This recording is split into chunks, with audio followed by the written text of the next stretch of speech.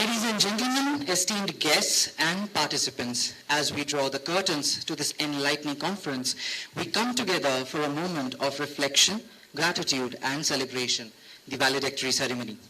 The ceremony serves as a fitting conclusion to our collective journey of exploration, learning, and intellectual exchange over the past few days.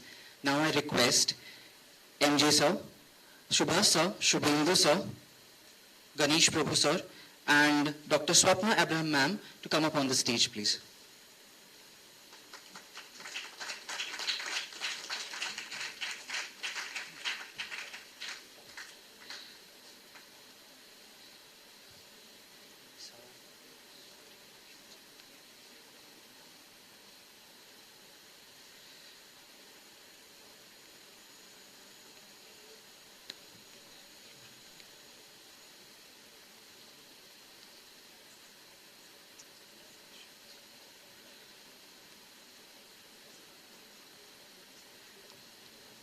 I now request Dr. Manish Jain sir to welcome Dr. Swapna Abraham ma'am with a floral bouquet.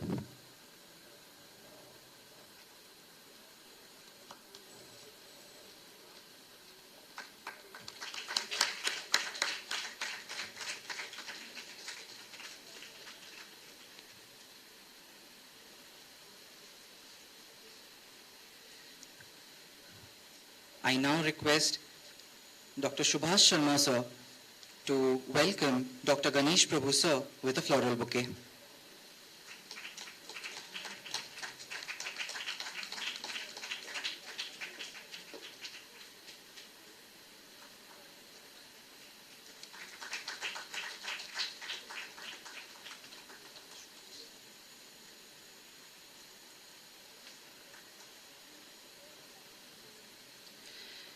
I now request Dr. Ravi Shankar sir to welcome Manish Jain sir with a floral bouquet.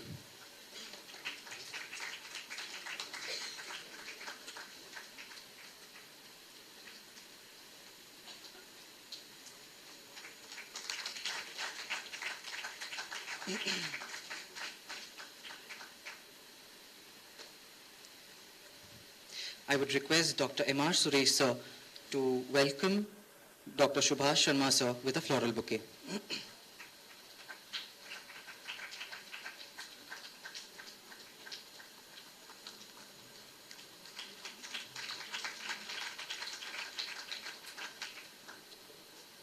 I now request Professor Prashant Kulkarni sir to welcome Dr. Shubhendu De sir with a floral bouquet.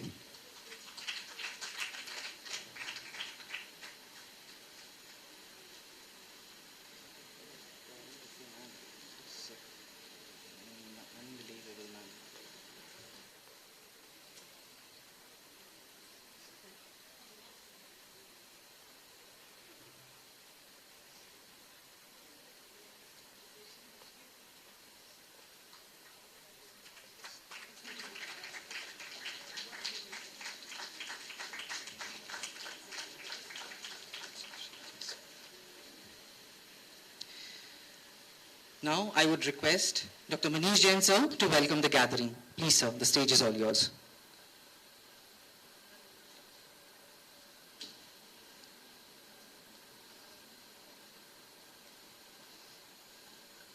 Namaskar and good afternoon, Devi or Sajjana.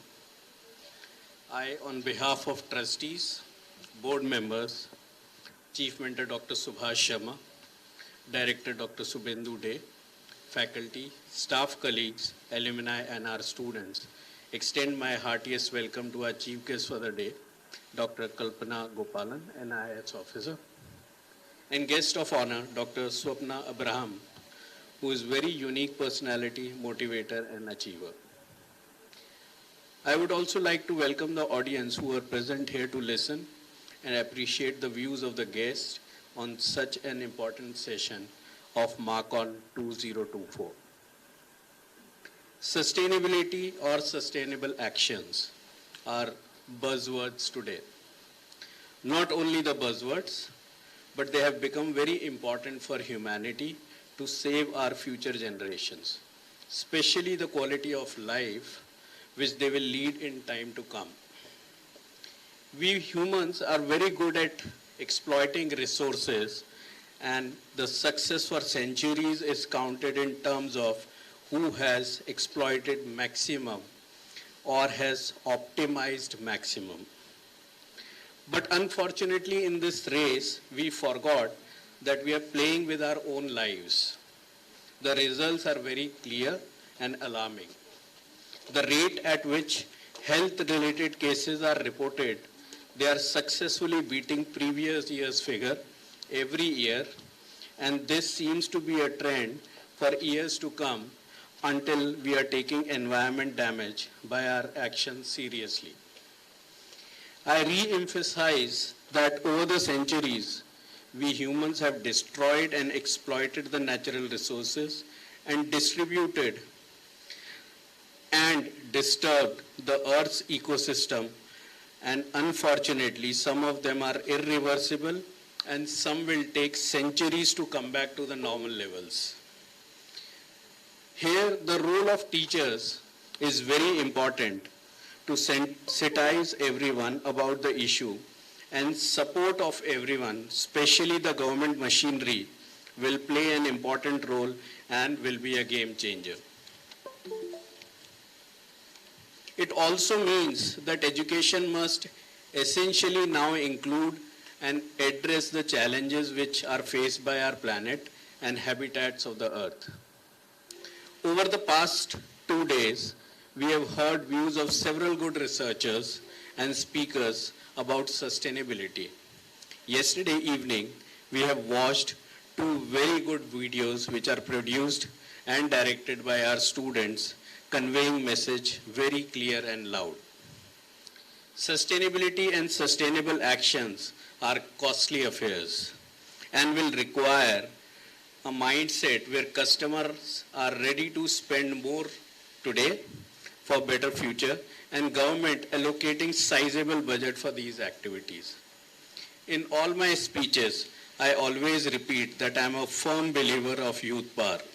Youth must adapt and realign their actions to sustainable ones, and then start spreading message to rest using technology, media, social media, blogs, articles, door-to-door activities, nukkad nataks, etc. to sensitize everyone. MARKCON 2024 is a big step towards the right cause. I would like to recite a shloka before I close. Samark siddhashadoto na syalokha manava jivanam. That means to safeguard our own lives, let us not pollute the environment. I hope all of you are enjoying the sessions and research paper during MARKCON 2024. Before I close, I would like to announce the dates for MARKCON 2026 today, which are January 8, 9 and 10, 2026. I hope to see all of you back again to campus in 2026 for MARKCON with a new theme in area of marketing. With this, I again welcome all of you who are present here. Thank you once again, ladies and gentlemen. Dhanyavad.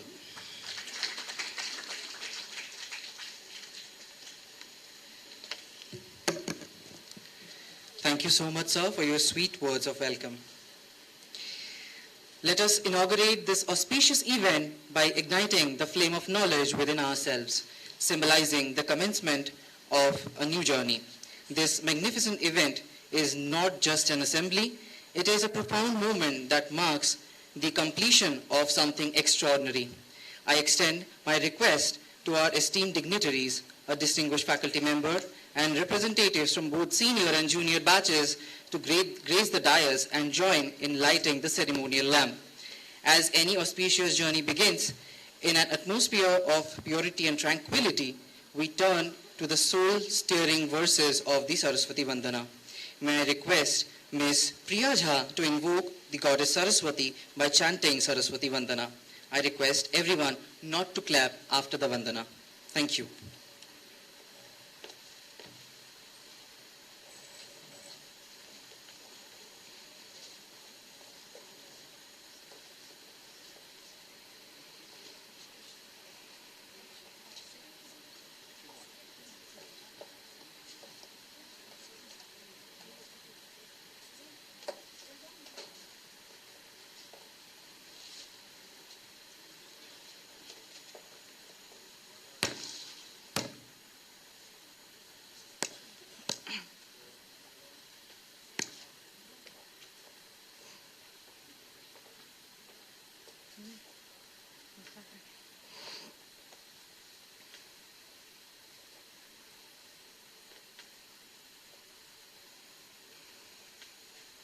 say yet?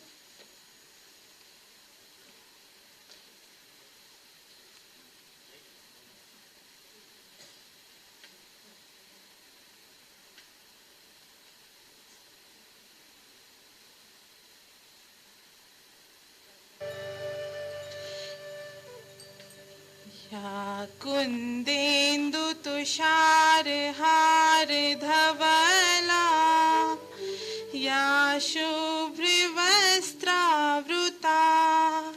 या वीणा वरदण्ड मंडित करा या श्वेत पद्मासना या ब्रह्माच्युत शंकर प्रभुतिवी देवै सदा वन्दिता सा मां पातु सरस्वती भगवती निशेष जाड्यापहा शुक्लां ब्रह्म विचार सार परमां आद्यं जगद्व्यापिनीं वीणा पुस्तकधारिणीम्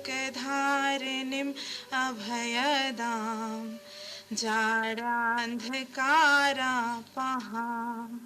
हस्ते स्फाटिकमालिकां विदधतीं पद्मासने संस्थिता वन्दे तां परमेश्वरीं भगवतीं बुद्धिप्रदां शारदाम्.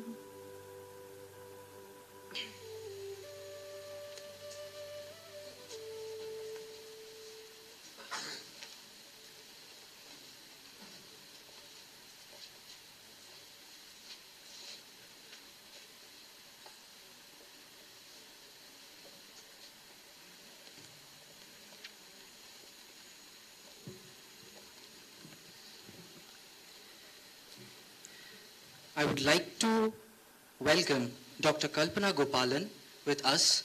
She's not here right now, but she's with us via online media. Moving on, I would now invite Dr. Ganesh Prabhu sir to speak a few words on this occasion. Please, sir.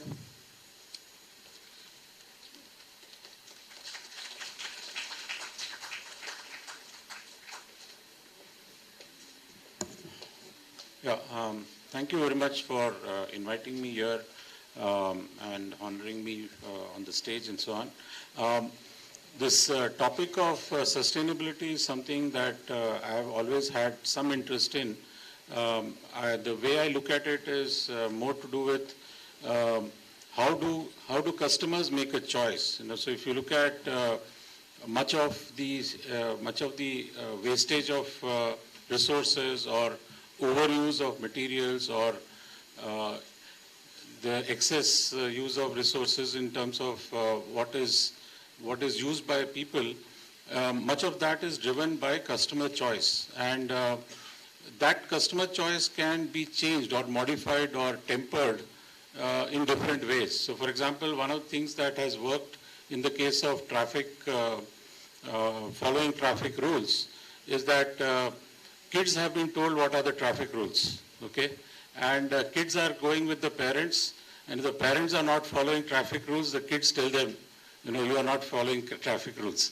That works much better than the police telling them you are not following traffic rules, right? So this is an experiment that has worked extremely well, and parents have reported that they have naturally become very alert to not following, to not make mistakes when they are when they are driving, because their kids are there, they are able to see that you're making a mistake, they are very alert to it, and they'll immediately tell you don't do it. So similar things can also be done in the case of sustainability measures. For example, people are using excess resources. If kids know about what is the meaning of excess use or misuse of resources, once the kids are educated in that, the family can also start making a difference, because the kids will tell parents, don't do this because this is what it means that this is an excess use of resource. It is not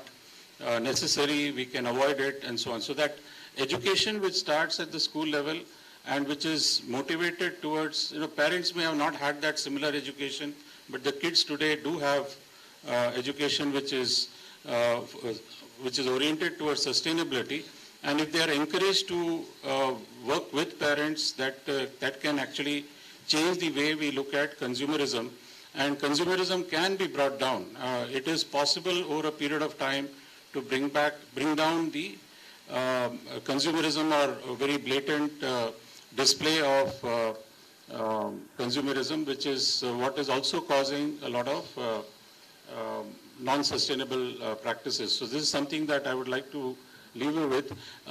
There's one very interesting experiment which has been started, which is that can you live with minimal objects? Okay, so there is a junior of mine from the Institute of Rural Management who has started this, where he says there was an experiment to do stay with 33 items for 330 days. Okay, so that is that's the name of the movement. And there are people who say, I will identify the 33 items that I will use for the next 330 days. I will not use the 34th item. Okay, so that's how this process works. And the person I'm talking about, his name is Ashish Agarwal. He's in Bangalore. He works in the area of development. So he has taken that experiment forward to 1,000 days. So he has lived for 1,000 days with only 33 items. And it's not an easy thing to do. You were saying that he had this issue of one of his close relatives, I think, was getting married, and he couldn't add, the sort of clothes that you wear for the wedding. You can't add a new set unless this. So whatever he had chosen for his 33, he had to stick to that. And that was really challenging when you are faced with the family telling you, why are you not wearing new clothes? So you can see that he has made that promise and he has kept that promise. And even though it is a difficult choice to make, he has been consistent in making that choice. And it is possible that, it's just willpower that enables you to do it. And maybe you may not be 33, it may be 53, it may be any number that you choose to make it work. But there is a possibility of, living with fewer items. So it's a counter-consumerism movement, and it's something that can be quite inspiring. And that's, at least I found that very interesting and inspiring sort of work. I don't think I can do it myself. But the fact that he was able to do it itself is inspiring. So I leave you with these ideas, and we can. Thank you. Thanks a lot.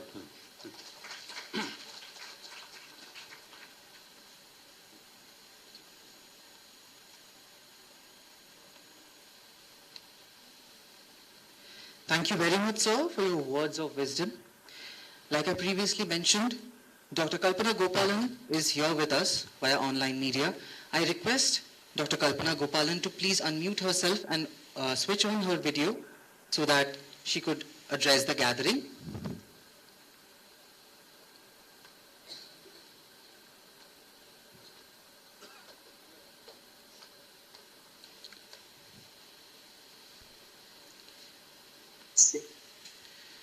Before Kalpana ma'am starts her words. Yeah. Can you see me now? Yes, ma'am.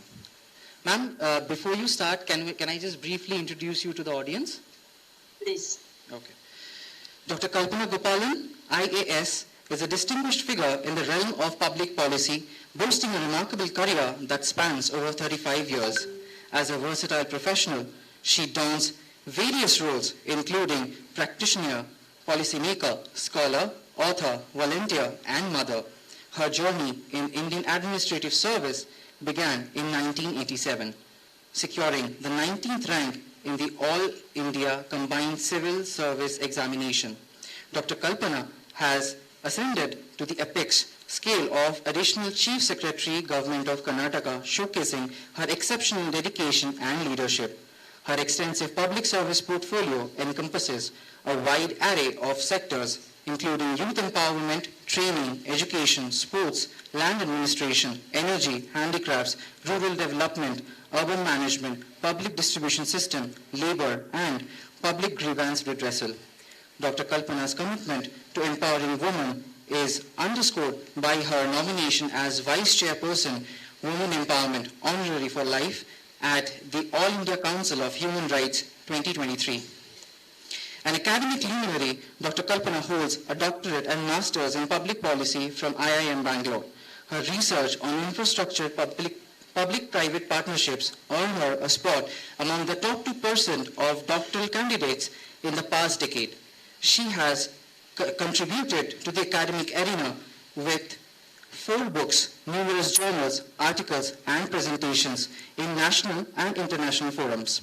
Apart from her official responsibilities, Dr. Kalpana actively engages in voluntary work, serving as an advisor, mentor, and committee member for various organizations. Her commitment to education is evident through her roles as a senior research fellow in the National Institute of Urban Affairs, New Delhi, and visiting faculty and fellow in esteemed institutions.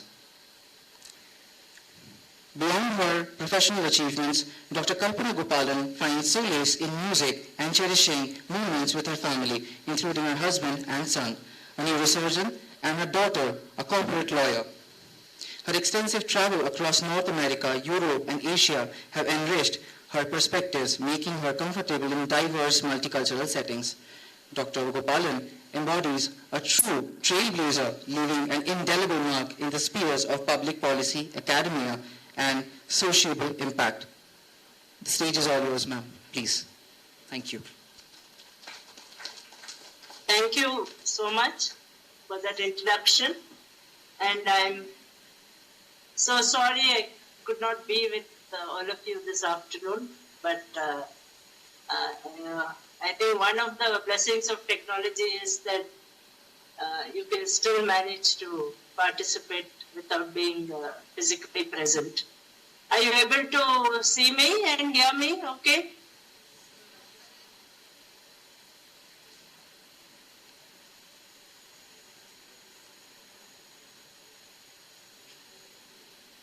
Are you able to see and hear me?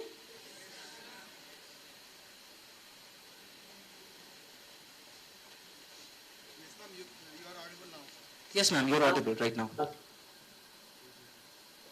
So it's a pleasure to be with all of you this afternoon. And I congratulate Indus Business Academy and the organizers for their effort to throw light on such a vitally important issue as sustainability.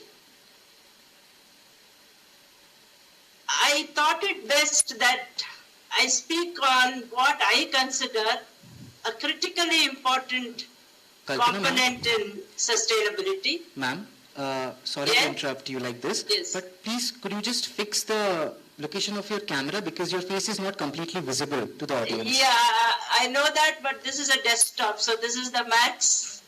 Okay. I can do it. All right, ma'am. Thank you. That's the max I can do.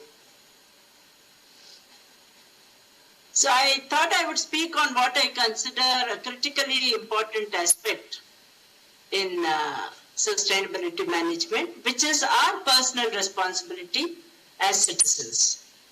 So I will speak on actionable sustainability for the ordinary Indian today. Let me try to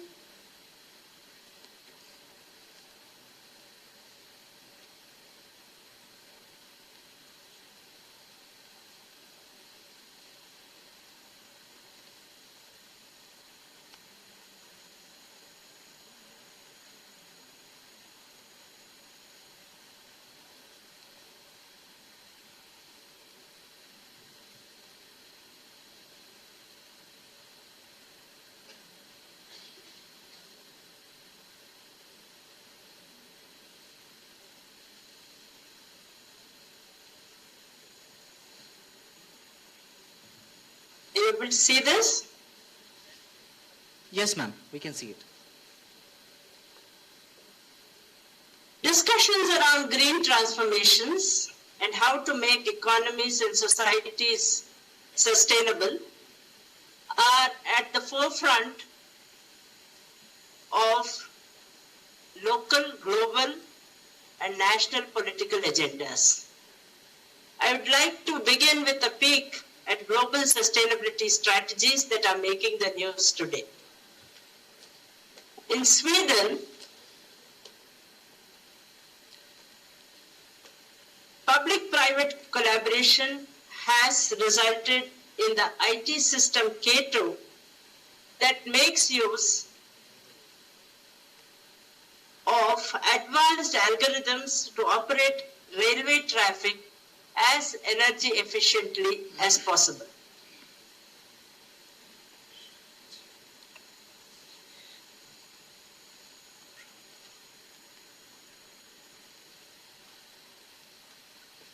I'm sorry, I'm not able to move to the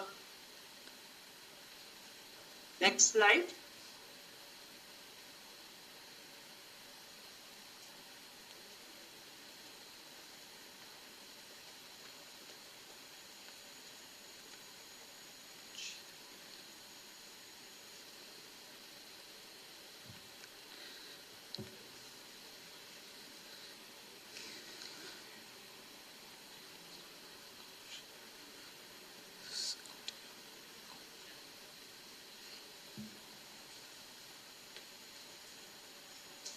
Here's a picture of vertical farming and urban orchards.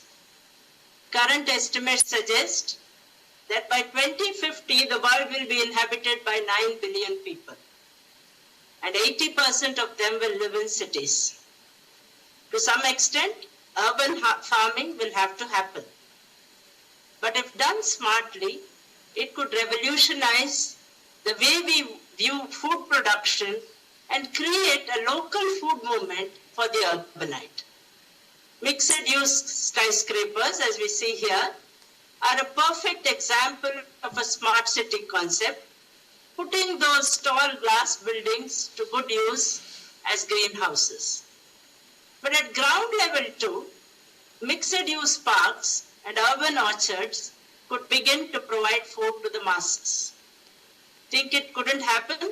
It already did. During World War II, the Dig for Victory campaign saw formal gardens and parks turned into allotments, producing millions of tons for food and effectively defeating German blockades.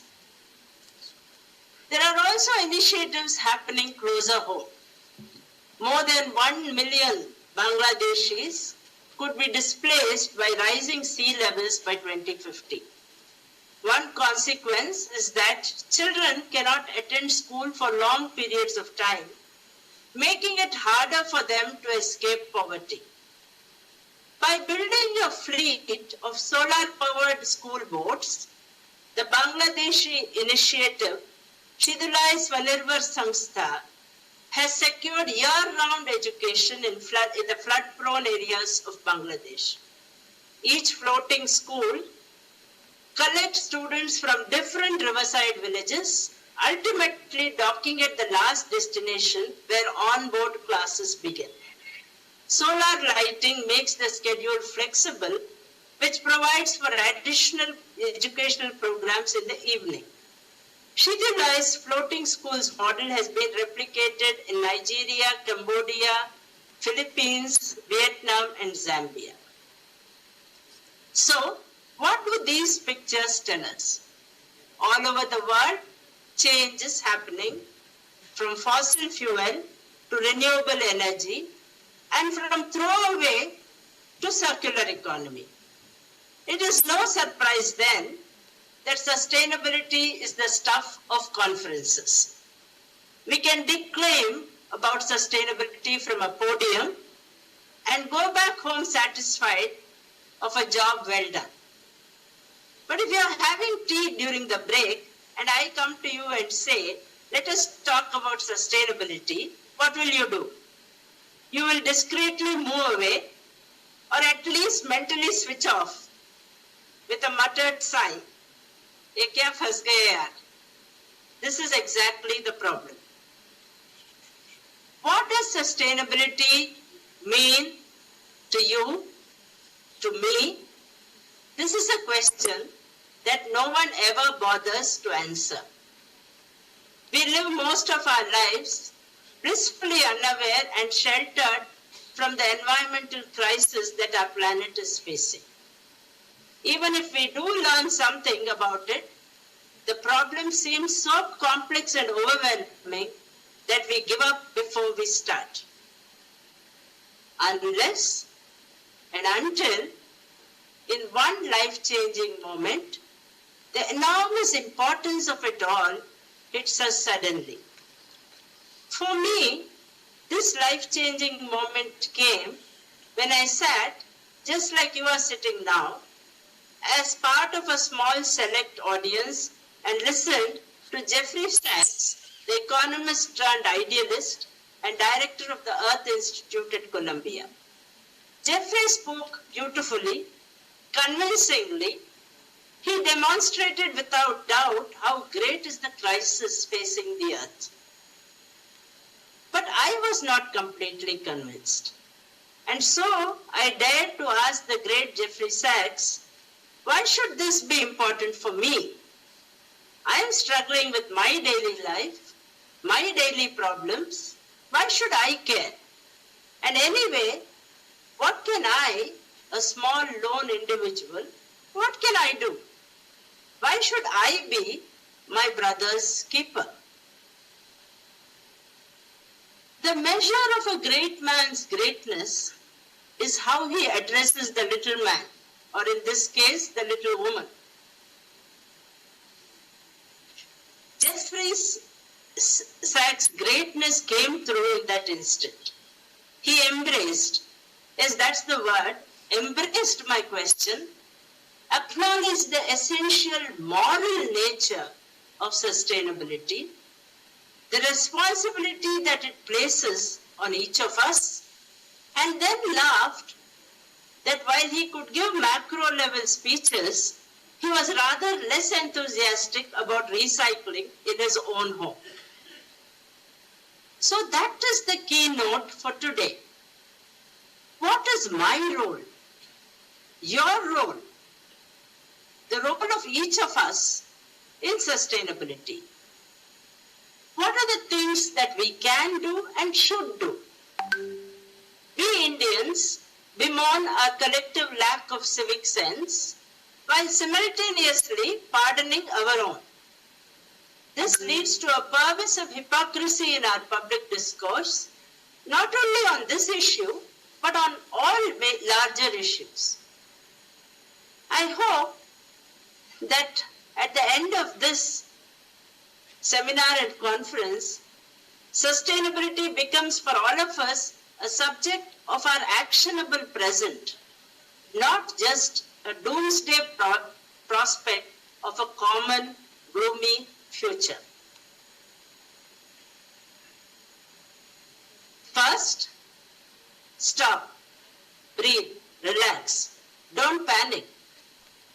The pralayam, the disaster, may be imminent, but this is a matter for rational action, not fear. Real change and beneficial change takes some time. Second, educate yourself. Read everything you can. Watch documentaries. Enroll in more courses at college or online like Coursera. A lot of stuff goes on in the name of climate science. You will never go wrong if you diligently question the world around you and educate yourself. Information today is available in plenty. The trick is to access and internalize that which is simple, real, and actionable. Third, do. There are so many simple things that one can do without being overawed by labels. Recycling, for instance. It is ironic, laughable really, that we frugal Indians have to learn about recycling from the opulently wasteful Americans. My grandmother, who used to make razais from her old used saris, could teach us all a thing or two about recycling. So many of us, brothers, sisters, and cousins, grew up wrapped in the warmth of her love, as also her red bandhani covered padded quilts. I'm sure we can't all go back to quilting, but we also cannot rely on Western solutions because it is either unsuitable to our lifestyle or redundant simply because we are already a careful people. What is the point if we are cautioned against buying a third car if we don't even own one? So it is left to us Indians to evolve our own methods customized to our context. And there are so many things that we can do. In a buffet or a wedding meal, just help yourself to what you will eat instead of heaping your plate and wasting the rest. Switch off appliances, lights when not in use. Take along a reusable bag for your grocery shopping instead of asking for one more plastic or even paper bag. Use buckets and mugs instead of allowing the Kaveri or the Godavari to flow into your drains. Grow a small garden. Reduce your garbage. Segregate it. And above all, don't pile it in your neighbor's empty backyard. I'm sure each of you will be able to come up with many things that we can do. When I speak of action, there are certain caveats that I would like to make. Be realistic. Start with yourself.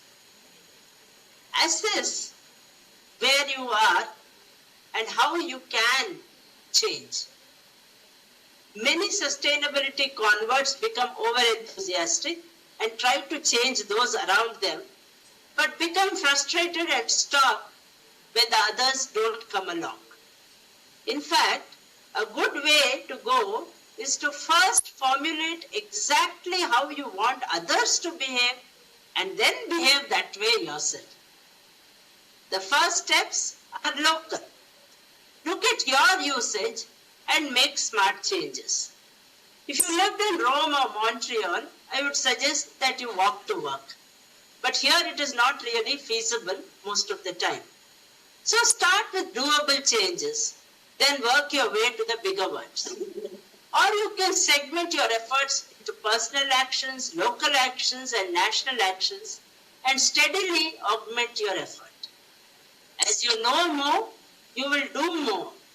And then you can live and invest in a cleaner car or a greener residence. There is really no end to the things that you can and will do when you get interested. Finally, there will certainly come a time when you will become a messenger. At that time, tell a compelling story, make it personal, and relate it directly to the individual so that your audience will care. I think part of our problem is that we still use the old approaches of the traditional environment movement, using negative reinforcement, lobbing vague threats, focusing on all that stands to be lost. If it is going to survive, the sustainability movement needs to do just the opposite. Paint a picture of how good things could be. Talk about all the great things that we will achieve, not all the bad things that we'll avoid, and inspire people to change instead of trying to scare them. At the end of today, I am certain that you will go back wiser, more knowledgeable, perhaps more fearful. We have had a distinguished panel of speakers and discussants who have educated us on sustainability in air, water, land, the different social, environmental, and economic dimensions of sustainability. They have discussed the different frameworks, the crisis, controversy, social responsibility frame, morality frame, the political frame. I have no doubt that all of us have been enriched by the discussion. I have only this to add. Sustainability is not someone else's problem. It is mine, it is yours, It is all of ours. But you don't need me to say this. You know it already. Gandhiji said it long ago, that the earth provides enough to satisfy every man's need, but not every man's greed. The Mahatma, as usual, has summed it up better than any of us could ever do. With these closing words, I congratulate IBA once again. Thank you all very much.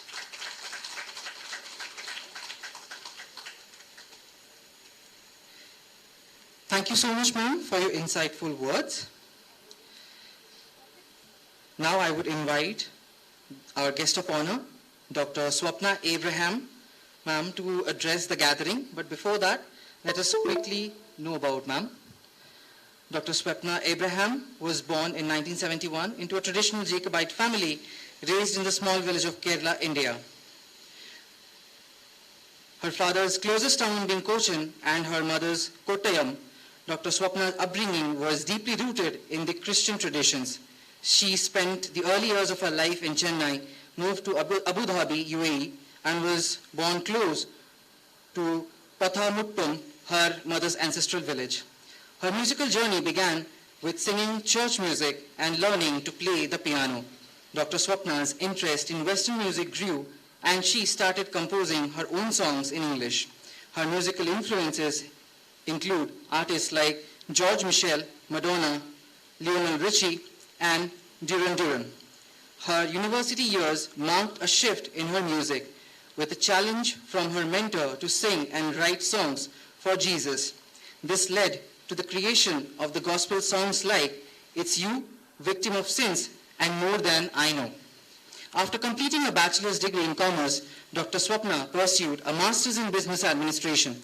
Despite personal struggles and emotional challenges, her musical talent continued to shine. She performed across various cities in India and internationally, touching the lives of millions.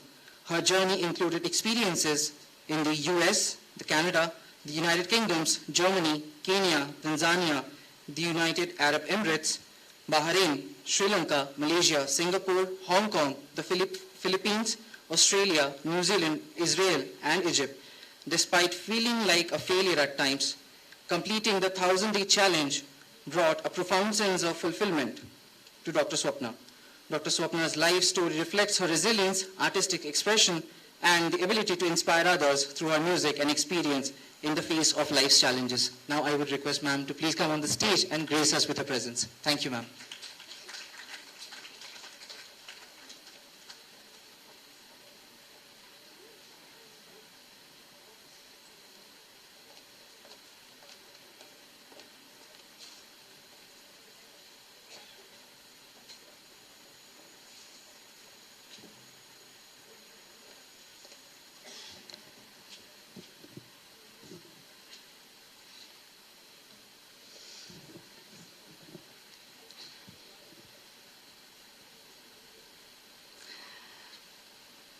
Respected Dr. Manish Jain, respected Dr. Subhash Sharma, respected Dr. Shubhendu Dey, Dr. Kalpana Gopalan, Dr. Ganesh Prabhu, Professor Narendra Babu, Professor Nagendra Hegde, esteemed faculty of the Indus Business Academy, non-teaching staff, beloved students. It is a pleasure to be here at the closing ceremony of MARKCON 2024. You'll have heard the best of insights on the topic of sustainability these last couple of days. What more can I say?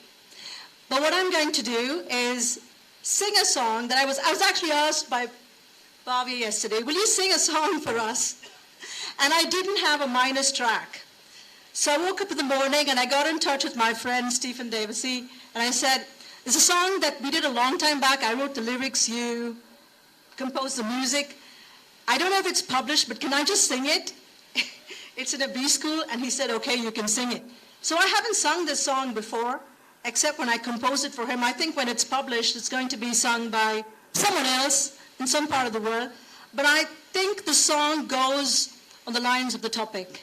And then I shall speak very little after the song, because I think music conveys words 1,000 times more. Let's get to it. Could you please play the music track? Thank you. And we put the lights off so they can see the words, please.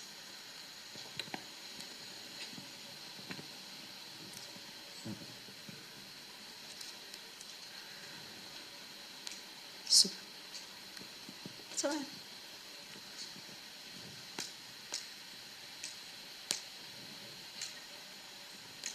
Okay. That's good. Louder, louder.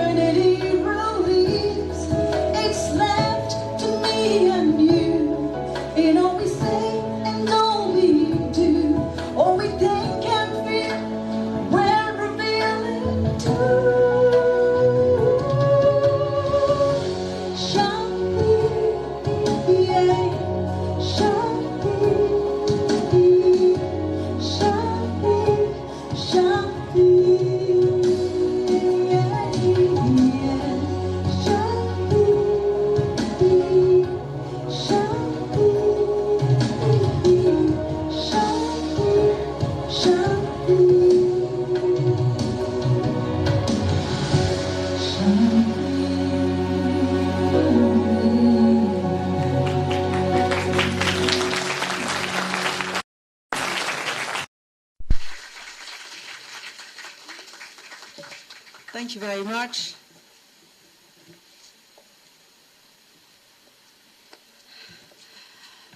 I'm not used to singing high, and it was programmed much higher than what's my normal pitch, and there was one off note. I apologize, but I hope the song conveyed the meaning to you. The beast of humanity, the beast of humanity is hurting the earth. As an individual, as a corporation, as a community, as a society, as a nation, as all the nations of the world, Vasudeva Kudumbakam, one large family. We are all making a profit, whether we're marketers, whether we're taking care of our families, whether we are taking care of the citizens of our countries. We are all making a profit. We are speaking about top line, bottom line, middle line, GDP. We're all talking about prosperity. But the looming question is, at what cost? Who is paying the price for my profit? If it is nature that cannot speak for itself, and over decades we have just destroyed and destroyed and destroyed, and we couldn't really think too much about it until, guess what? It's coming to hurt us back, and now we're talking about it. I was part of the UN delegation, thanks to my friend, the executive director of UNEDAP, at COP28, where ministers, mayors, and leaders from all over the world came and spoke about climate change, about all kinds of topics. I particularly now, back in Dubai, I'm into food security and education, skills education. Calling countries that promised finance for climate change to honor those promises. Calling governments that said we would do this, we would do that. I heard a bureaucrat say, there's not much that governments can do. Private sector has to do everything. So it's basically this, just pushing the ball here and pushing the ball there. Just like Madam spoke a while ago. Where's the accountability? Where's the responsibility? I was asked yesterday by Yamuna about a few things, and I thought, it comes down to me. It starts with me. My mindset, my attitude, my habits, my ethics, my lifestyle. It starts with me. Don't blame the government. As a corporate, we're not checking boxes called corporate social responsibility. You study a course in it, don't you? It's not just that, it's larger than that. It's not those small and big things we do to get this award and that award. No, it's the heart of it. Either you feel it or you don't feel it. The sari that you see me wear, I proudly can tell you, is the third time in my life I'm wearing it. I don't wear saris too much, by the way. Year before last, when I was blessed to receive the honorary doctorate in music, is when I bought it. Last year, I wore it for a dear friend's daughter's wedding. And now here, at this ceremony. If you go into your wardrobes and look at your clothes, and if you can find 1 or 2 or 3 or 4 or 5 or 50 clothes that you have not touched in 1 year, why is it sitting in your wardrobe? We speak about recycling, we speak about repurposing. If I am not using something for 5 years of my life, someone else could have used it. Yeah? Yes or no? Give it to them. When I renovated my parents' home last year, believe it or not, so my parents were in Abu Dhabi. They made a lot of, back in the day, you couldn't get a lot of things in India, so they came with a lot of things. I opened a lot of things that they did not open for 25 years. And guess what? I couldn't use them. When I cleaned up their house, I sent away 15, no exaggeration, 15 trucks of things out of the house. Out of the house. Now you go back to your home, go back to your room, go back to your office, go back to your campus, and just look at the things. How much stuff do we need? I'm not against consumerism. I'm not against marketing. I'm not against great product development. I'm not against it. But how much stuff do we need, really? And I'm going to just tell you one more thing before I conclude. You know, when I came here for the convocation in April, I shared with you about my world record journey of 1,000 days. What was worse than that? So in the process of those 1,000 days, I composed 2,321 songs, 1,000 of which were for children. I had some kind of a commitment to give this back to the children. Yeah, I wrote it. But what's the point if the children don't sing it, correct? So I thought I'm going to studio produce it. What is crazier than composing 2,321 songs in 1,000 days is deciding to studio produce 1,000 songs. I went to my mom's coconut room in the backyard. God bless her soul, she's not there. And I soundproofed the room because it's cheaper to use that room than to use a studio. And I sat and I sang and sang and sang and sang 1,000 children's songs. Because it's going to be published, hopefully, in a book. And when it's going to be in a book, I was like, okay, so there's a book, there's going to be illustrations, there's going to be text. You remember the song books when you were young, right?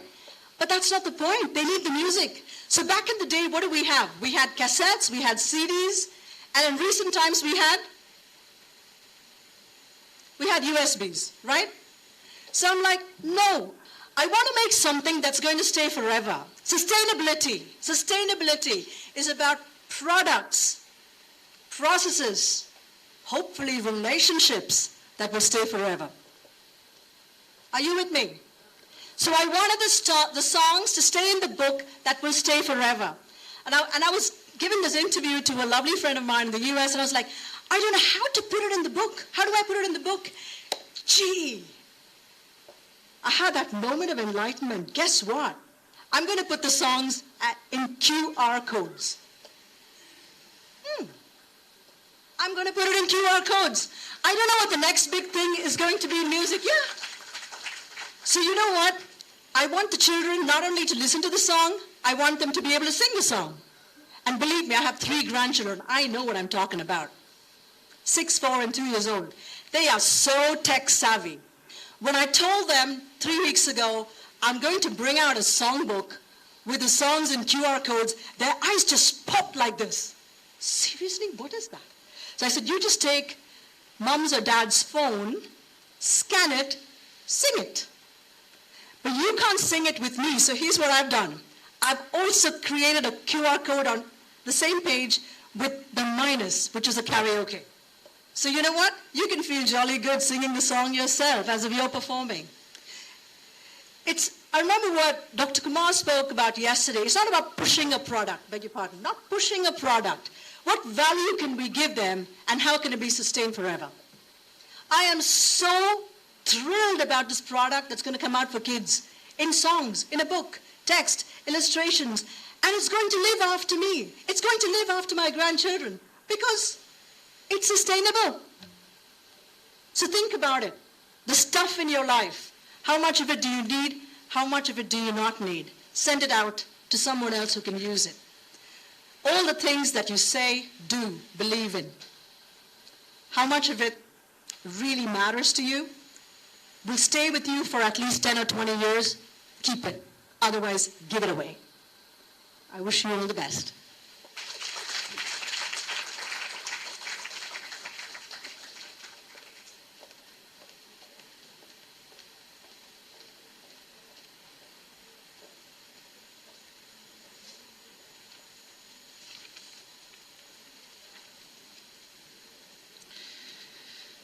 Thank you very much, ma'am. Moving on, as we express our gratitude to our distinguished guests, Dr. Swapna Abraham and Dr. Ganesh Prabhu sir, for their enriching contributions, it's time for a special moment of honor.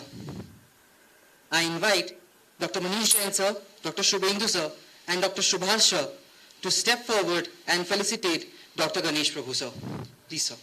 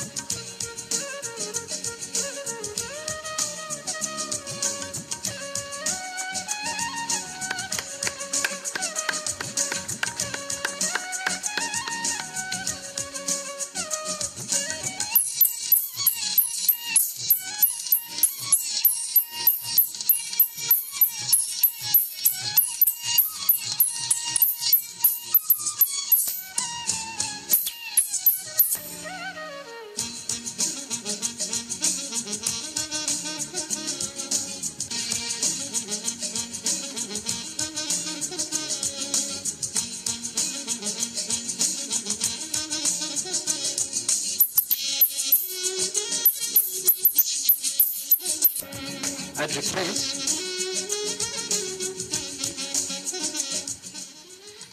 request Dr. Manish Jain sir, Shubhendu sir and Subhash to stay on the stage, and request Dr. Krishna Kumari ma'am to come up on the stage, as we are going to felicitate Dr. Swapna Abraham as well.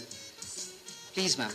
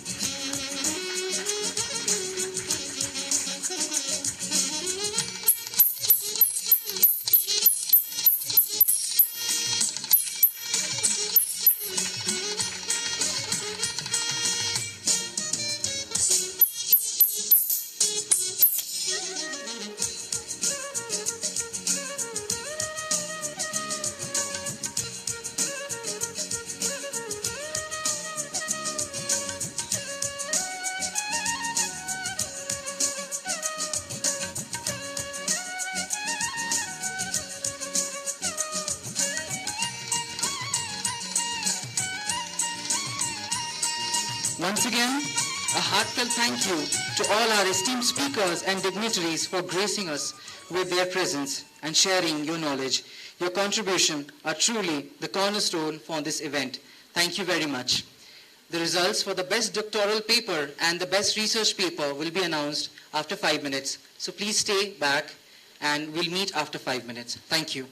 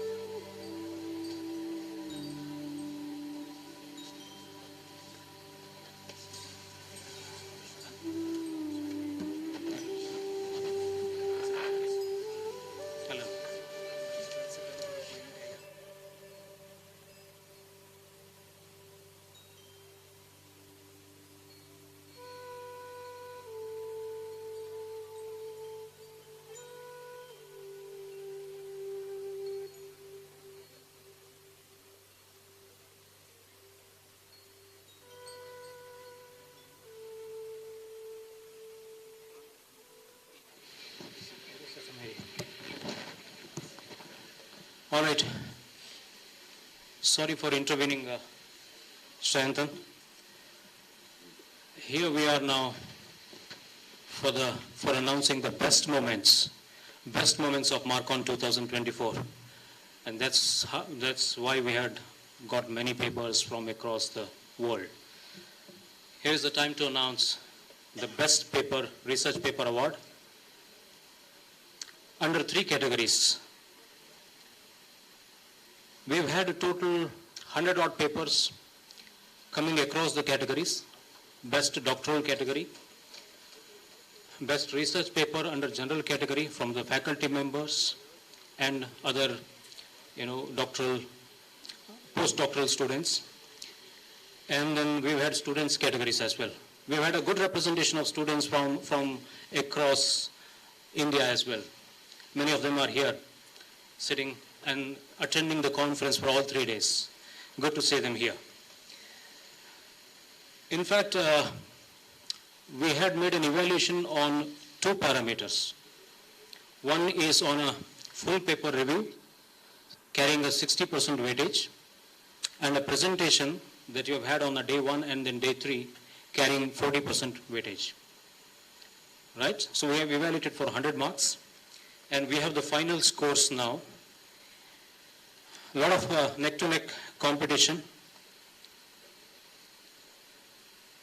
May I request Manisha to announce the winners?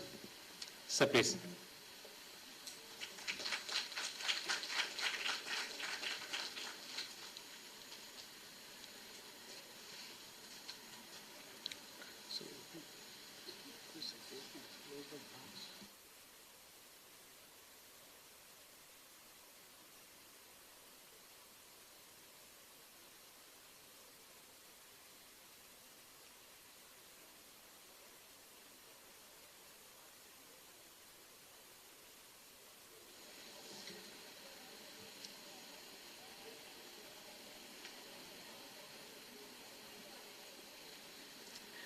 Okay, as Dr. Hegde said that, we have 3 categories. So I'll start from the doctoral category, which has a prize amount of 25,000 rupees. And this prize and the best paper goes to paper number 36, which was presented by Dr. Sarah Wurzer from University of Innsbruck, Austria.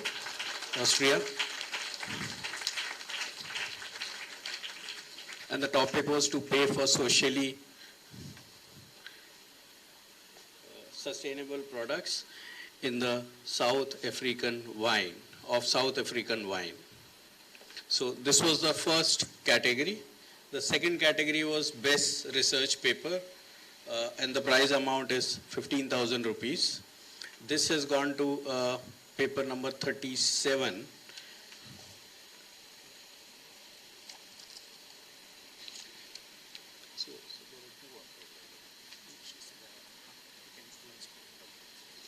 So this paper was written by 2 authors, Mrs. Archana R. Mutta, Dr. S. Kavita from Department of Management, PSGR, Krishnamalai College for Women, Coimbatore.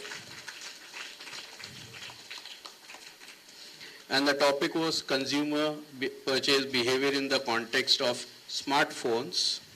This is smartphones, right? Smartphones, web roaming versus showrooming. The last and the most important is Best Student Paper Award, which carries 10,000 rupees as prize money. This award goes to paper ID 77, right? 74. To Gayatri S. from Christ University.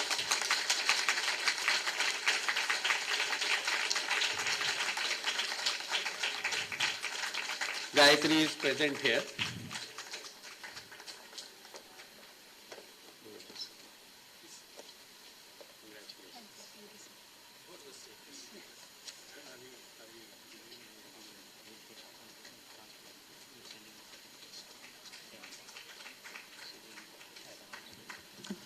Well, the prize money and the certificate with a photo frame would be sent to you soon.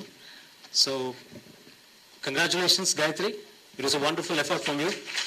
Thank you so much for taking your efforts, coming here, attending the conference. I'm sure you would have had a lot of takeaways, and then you would have a good news to give back to your student colleagues, and then, of course, to your teacher, right, fraternity. Thank you so much for coming.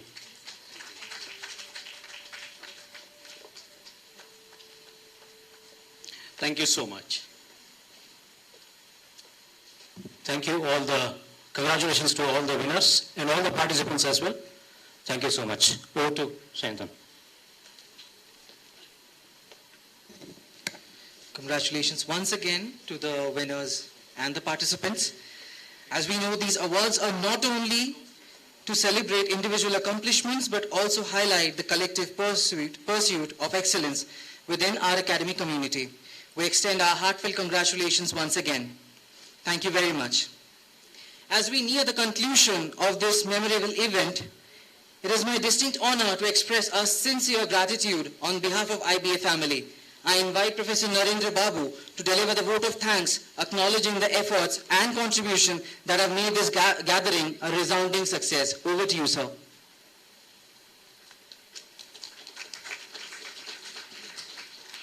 Thank you, Shantan.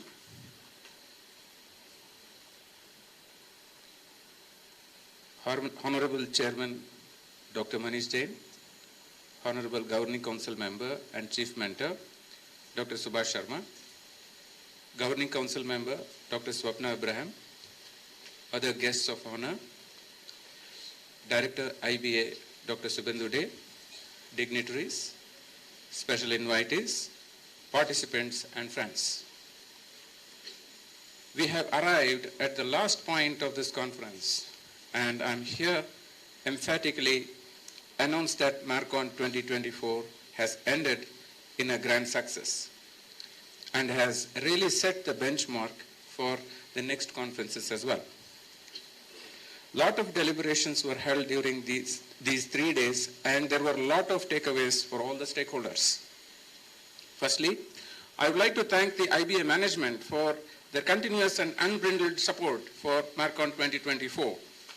We are very thankful to our chairman, Dr. Manish Jain, for his continuous and unwavering support for MARKCON 2024. We are very thankful for Governing Council member and our chief mentor, Dr. Subhash Sharma, for supporting us for this conference.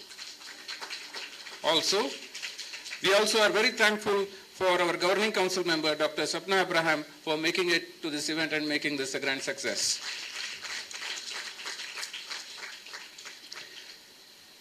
We are thankful to our director, Dr. Subhendu De, for his support and his active participation in making this event a very successful one.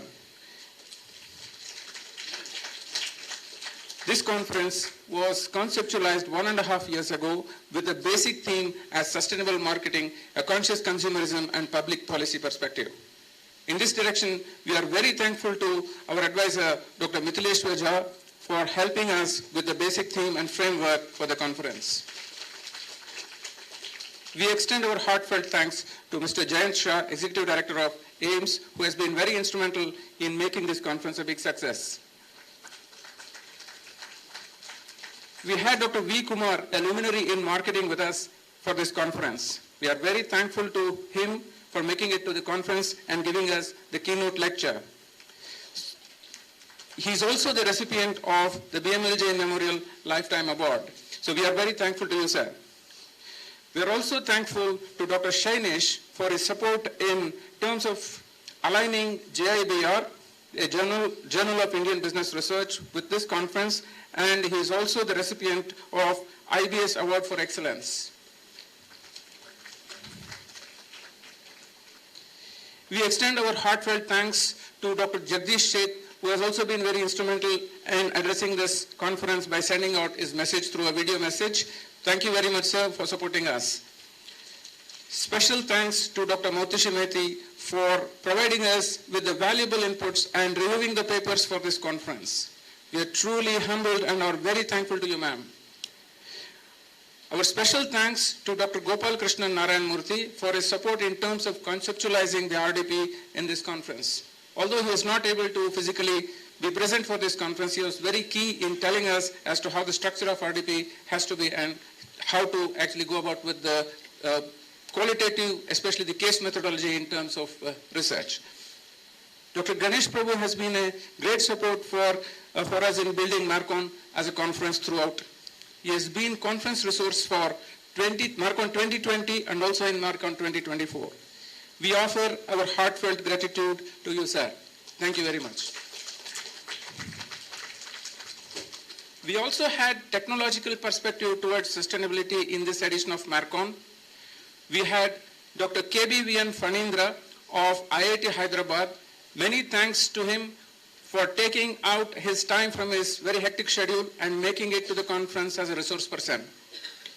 We are thankful to all the panelists and session chairs who accepted our invite and supported us in making this conference a big success. We are very thankful to Mr. Suresh, who provided us with all the banners, graphics, and all the standees, etc., towards making this conference more, let us say, informative and colorful. We are also thankful to all the technological support provided by Mr. Karant and his team towards making this conference a successful one. We extend our heartfelt thanks to Ms. Bhavya Kalra, Ms. Sugandh, Mr. Jayendra, and all the other staff members for supporting this event and making this a successful one. We are thankful to Professor Janita Saji for supporting us extensively in terms of content development and correction and managing the backstage for this conference. We are very thankful to Professor Krishna Kumari for taking the responsibility of the reception and the responsibility of getting the colorful rangolis done for this conference. We are thankful to Professor B.M. Gauresh for having the responsibility of managing the sessions for this paper presentation. Special thanks to Professor Prashant Kulkarni and Dr. Emma Suresh for being the panelists for discussions on the first day of the conference. This conference would not have been a success without the continuous efforts of student volunteers. In fact, they are the showstoppers. They have been working continuously and tirelessly with great energy and enthusiasm. A big round of applause for them.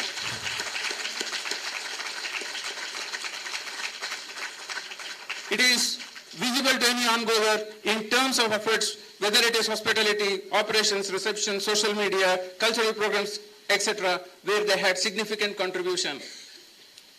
One of the panelists, one of the participants aptly mentioned to me that the students have taken this event as if it is their own. So a big round of applause to them once again.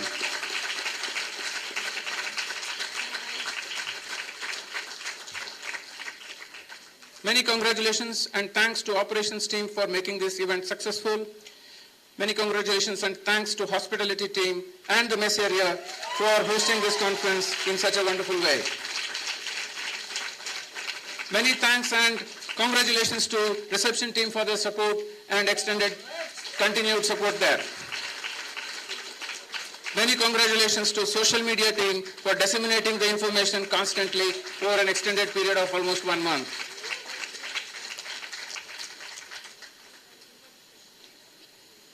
Special thanks to Ramamurthy sir and Prakash Anna for their exclusive and extended support in making this conference a big success. We extend our heartfelt thanks to all the members of maintenance department, mess area, accounts department in making this a successful event.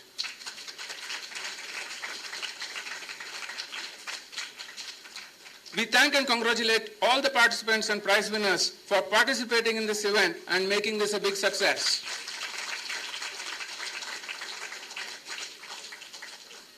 Also, we thank all the people who have worked towards making this event a successful one. Thank you. Thanks one and all. Until next time, it's goodbye.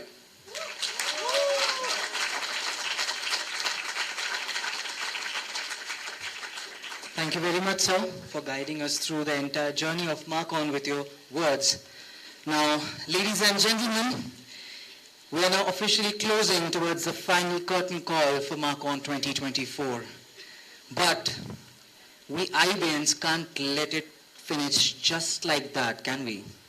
So without further delay, let's welcome Ms. Prerna Patra from batch 2325 for a graceful cultural performance. The stage is all yours, Prerna.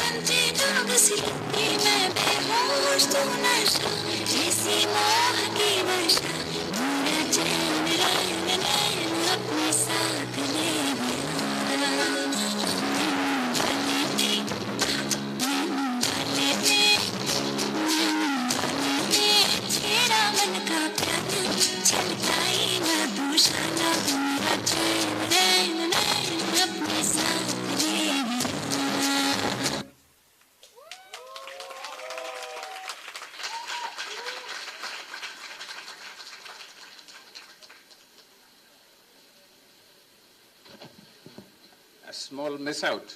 So I am here to just announce that we had grant support from Dr. Arumudan also. A big round of applause for him for reviewing the papers and also supporting us in this conference.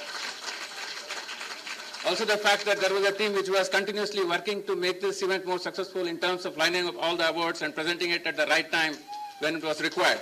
We are very thankful to the team for tirelessly supporting us on all these 3 days. Okay, and all the student volunteers and also all the faculty members who supported this cause and also who actively participated in this research conference. So my heartfelt thanks to them. Thank you very much. Thank you.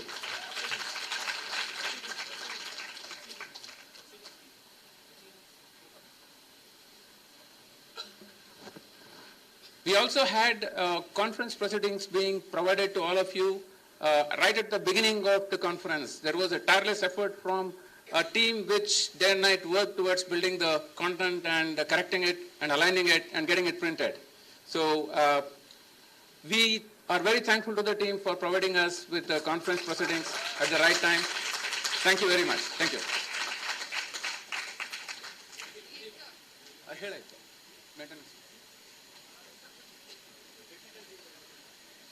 Thank you again, sir.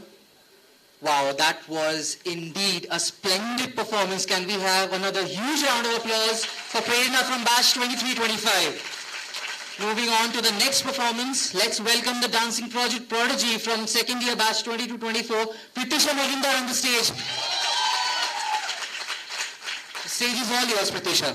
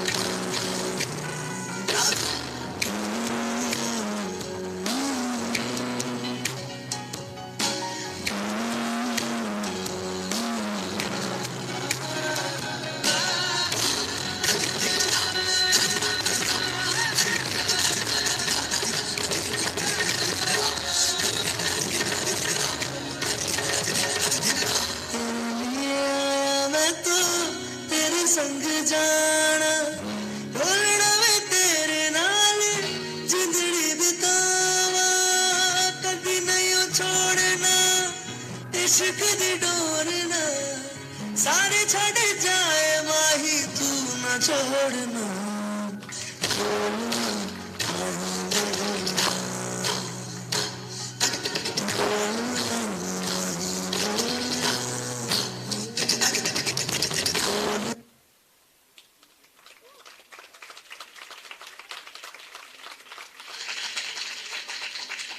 Wonderful is just a word for this performance. Once again, a huge round of applause for the graceful performance of Pritisha. For the second last, let's welcome the fabulous Rishita Lakhotia on the stage, please.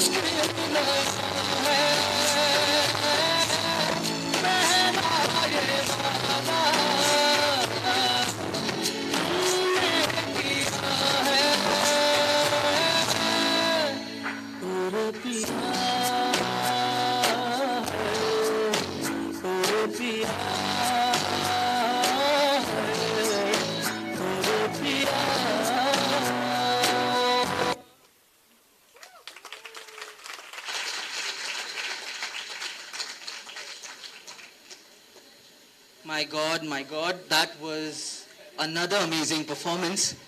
But lastly, जैसे ओम शांति ओम में शाहरुख खान ने कहा था कि picture अभी बाकी है मेरे दोस्त, वैसे ही मार्कॉन अभी भी बाकी है मेरे दोस्त. तो without any further delay, let's welcome Mohammad Riaz and his secret dance partner on the stage to rock the house, everyone.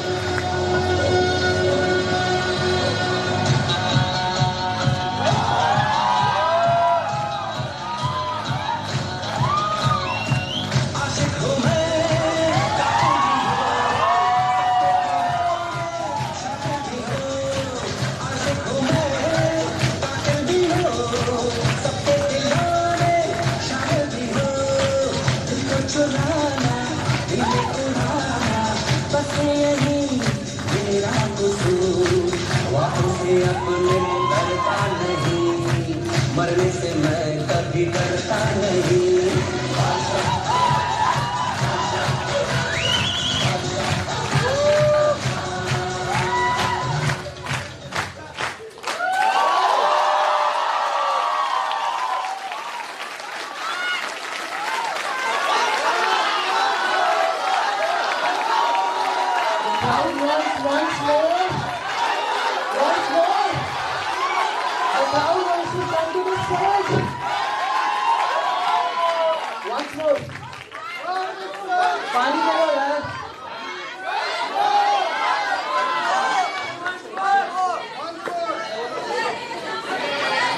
Once more.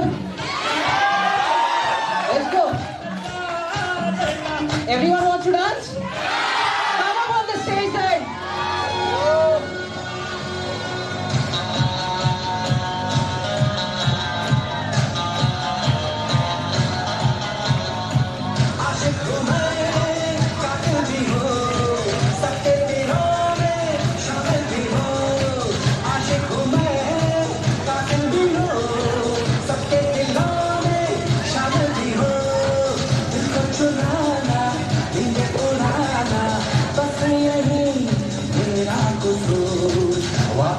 अपने मुकरता नहीं मरने से मैं कभी करता नहीं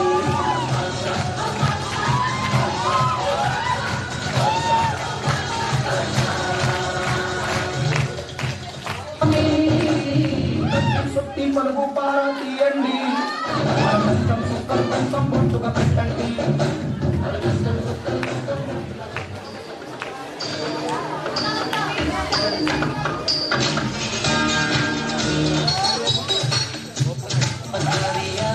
चुराना मेरा जिया गोरिया चुराना मेरा जिया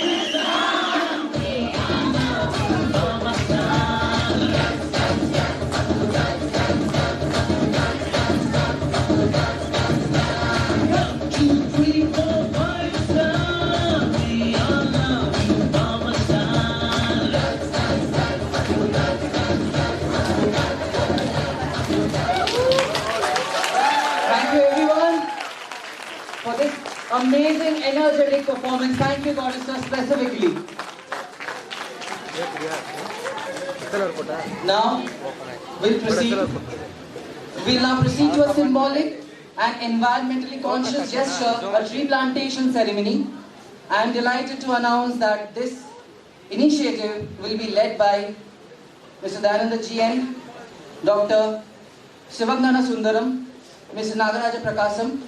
Let us come together to contribute to the preservation of our environment and create a lasting legacy from this event.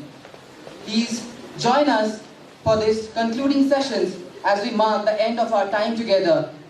Appreciation, camaraderie, and commitment to making a positive impact to the society. I extend my heartfelt wishes to each and every one of you for your future endeavors. May the knowledge gained and connections forged during this event be a stepping stone to a continued success and fulfillment in your academic and professional pursuits. Thank you very much. Before we move on to the tree plantation, we will now go for the national anthem. As it is now time to conclude the event, we IBANs are a diverse community because of our nation that is widely diverse and vibrant. As a part of the IBA culture, we embrace our nation's diversity, and that has in turn led to the diversity of our campus. By proudly singing the national anthem, I request everyone to stand and join us in singing the national anthem. And I request everyone not to clap after the national anthem is done. Jana Gana Mana Adhinayak Jaya He Bharat Bhagya Vidhata Punjab Sindh Gujarat Maratha Dravida Utkala Vanga Vindhya Himachala Yamuna Ganga Uchala Jaladhi Taranga तव शुभ नामे जागे तव शुभ आशीष मांगे गाहे तव जय गाथा जन गण मंगल दायक जय हे भारत भाग्य विधाता जय हे जय हे जय हे जय जय जय